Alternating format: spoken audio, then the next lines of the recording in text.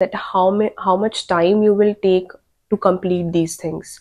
So according to me, I guess you will take just 60 to 70 days.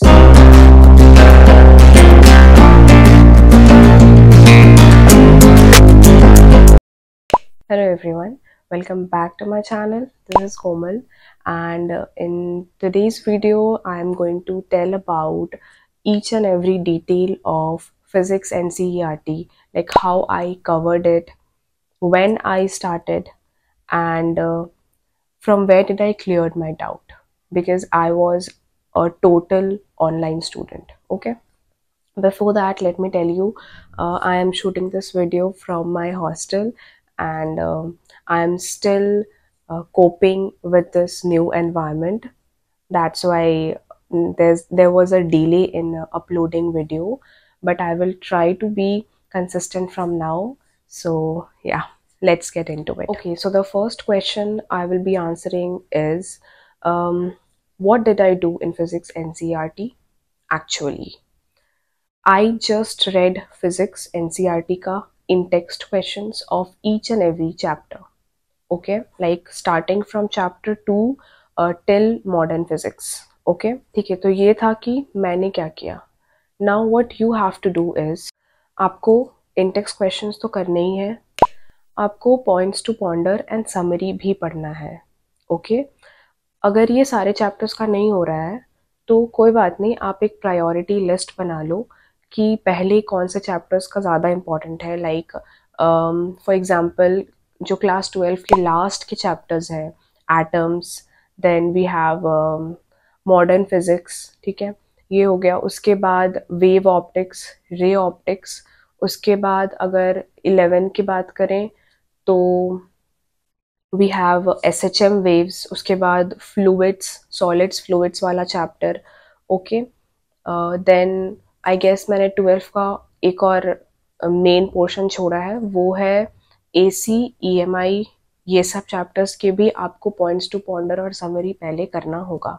उसके बाद अगर time बचे तो बाकी सारे चैप्टर्स के भी कर लेना आप. ओके, तो अभी जैसे आपने देखा था इस साल वो स्टेटमेंट वाला क्वेश्चन आ गया था और उसी में सबका -5 हुआ है, बहुत जन का.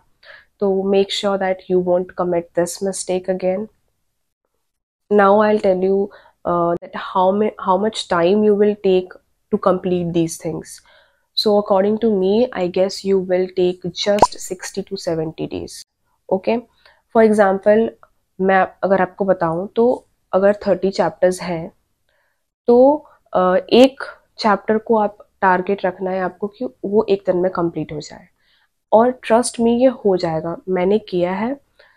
आपको क्या करना है, एक चैप्टर आपको खोलना है लाइक यूनिट्स एंड डायमेंशन, और उसमें जितने भी इंटेक्स क्वेश्चन है एक ही बार में कर जाना है. ज़्यादा नहीं होता है, मुश्किल से कितना होगा यार, 7 से 8 होंगे या फिर मैक्स 10 होगा. ठीक है, अगर कुछ कुछ चैप्टर्स जो बड़े होते हैं उसमें आप 2 दिन ले लो, तो अगर आप 2 दिन भी लेकर चल रहे हो एक चैप्टर को, then you will complete it in 60 days अगर 30 चैप्टर्स हैं टोटल तो. ओके, और बात रही पॉइंट्स टू पॉन्डर वगैरह का, तो वो पढ़ने में थोड़ा टाइम लगेगा, इसलिए मैंने 70 डेज दे दिया है. तो you can see you will be able to complete it in 2 months. ये पूरा जो फिजिक्स NCERT का हॉन्टिंग चैप्टर चलता है हमारे दिमाग में, ये हम 2 महीने में कंप्लीट कर सकते हैं. So try to do it. Okay, now the next question is, from where did I cleared my doubt. तो आपको क्या करना है, जो भी क्वेश्चन आप कर रहे हो NCERT इन टेक्स्ट का, वो क्वेश्चन गूगल पे जाके ना बोलना है, like from the mic. Okay, just आपको 4 to 5 वर्ड्स बोलना है और वो गूगल पे आ जाएगा. और उसमें आप देखना, फिजिक्स विद गौरव करके एक चैनल है यूट्यूब पे, तो उसका ना मतलब वो सर का ना हर एक मतलब क्वेश्चन पे सॉल्यूशन उन्होंने बताया हुआ है. तो जैसे ही आप गूगल पे खोलोगे तो फिजिक्स विद गौरव करके उनका एक क्वेश्चन लिखा हुआ रहेगा, और वो पेन के थ्रू बता रहे हैं, मतलब उनका फेस नहीं दिखता है, आपने देखा होगा, तो आप उनसे हेल्प ले सकते हो. उन्होंने बहुत एक एक मतलब इतनी बारीकी से बताया है, उन्होंने हर क्वेश्चन को समझाया है. तो you can take help from that sir, और if you have any other source then you can use it, no problem. Okay, तो मैंने तो वही उन्हीं से क्लियर किया था doubt. Now the last question is when did I start doing physics NCERT. अगर मैं आपको अपना बताऊं तो मैंने बहुत पहले ही स्टार्ट कर दिया था, जब मेरे चैप्टर्स चल रहे थे फॉर रिवीजन। रिवीजन तो क्या ही बोलूं, मतलब जब मैं चैप्टर्स कंप्लीट कर रही थी जो एलन के टेस्ट के अकॉर्डिंग, तो जैसे ही मेरा एक चैप्टर कंप्लीट हो रहा था मैं एनसीईआरटी कर लेती थी, क्योंकि मेरे पास मतलब काफ़ी टाइम था यार, क्योंकि मैंने पीवाईक्यूज बहुत बार कर रखा था, उसके बाद मैंने नोट्स भी अपने बहुत बार पढ़ रखा था, तो एक ही चीज़ बार बार पढ़ते पढ़ते बहुत मोनोटोनस हो गया था। तो I had that much time, so yeah this was it. I just said this cause अगर आप एक बार फिजिक्स एनसीईआरटी कर लेते हो, you will have a great amount of confidence in your self.